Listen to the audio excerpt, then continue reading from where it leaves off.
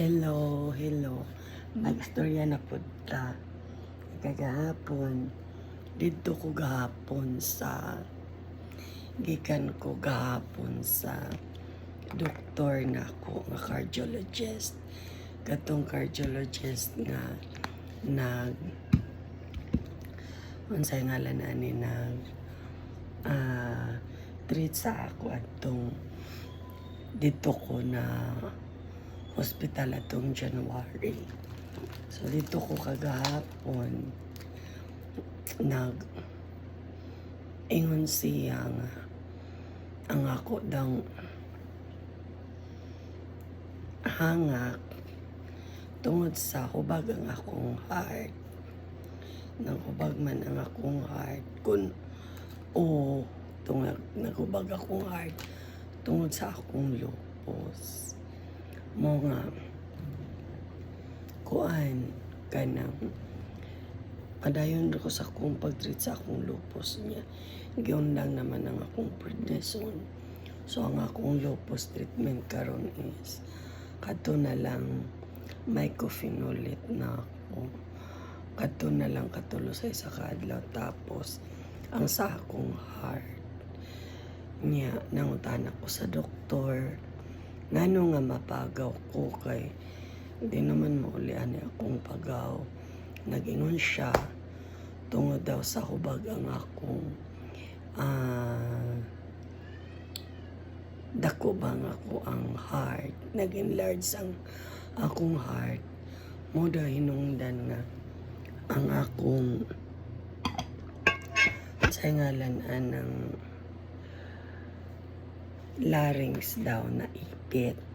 Mo hinungdan nga mapagaw ko muna.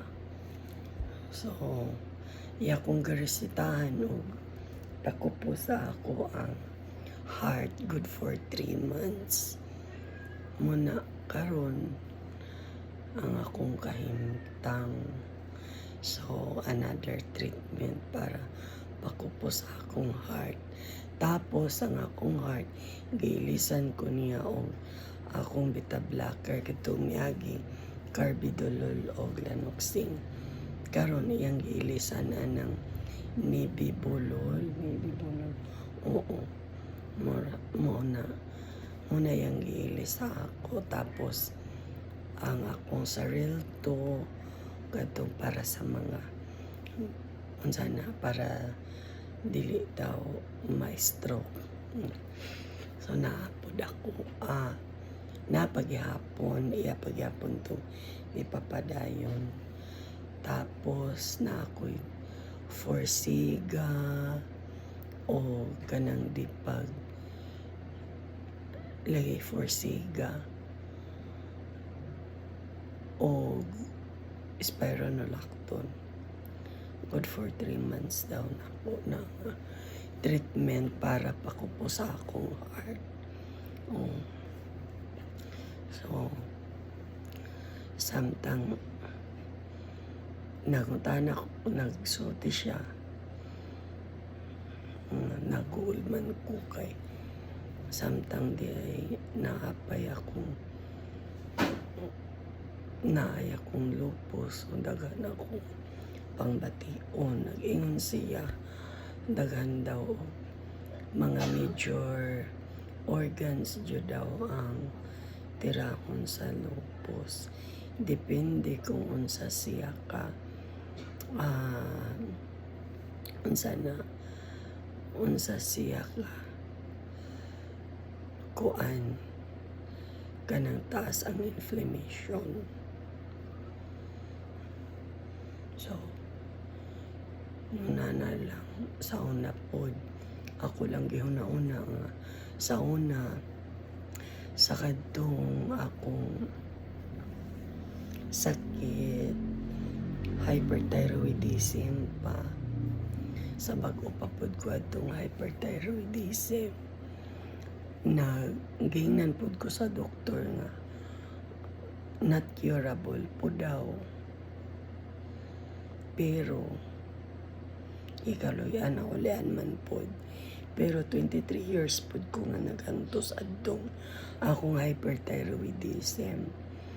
Pero karon kining lupus nang laon sad ko nga maabot ang panahon nga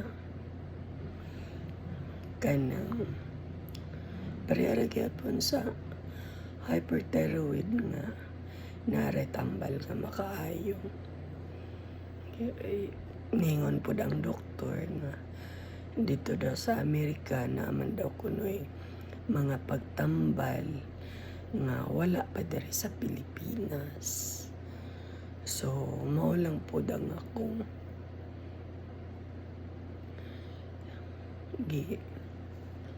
paabot na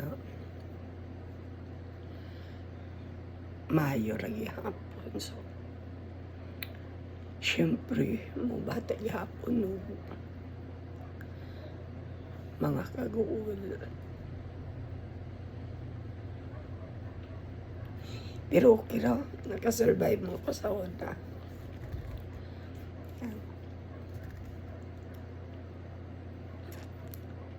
Padayon ako sa gilauman. Sige, kadura akong i-share sa inyo nga kanang ang update sa ako ang heart. Tapos kanang gahapon pangutanan mo ko sa doktor kung naagi na ba nga nag-flare ko. Oo, tinuod jud lain-lain nung kanang bation ba ko mag-flare. Kaya syempre dili pareha ang kanabitang komplikasyon. Kay naiuban sa kidney na ay sa skin lang pod sila sensitive kaayo. Kana ang ako dili ko kay sensitive sa akong skin. Kuan lang kanang panahon na mainitan ko kanang mula nga akong ikakulban kaya nga akong jud ko kada mula na ako ang batiw ng hangakon ko. Tapos ubuhon dayon sa katong time na nag-flare ko kadtong magluwa akong dugo kay ang batiun dayon ako kung mainitan ang akong paginawa. So lain-lain o epekto. Oo, lain-lain o batiun. So mo lang dili din mo ikakumpara nga kadto siya na lupus okay ra siya, kadto siya na lupus grabe siya, kadto siya nga na lupus kuan. So dili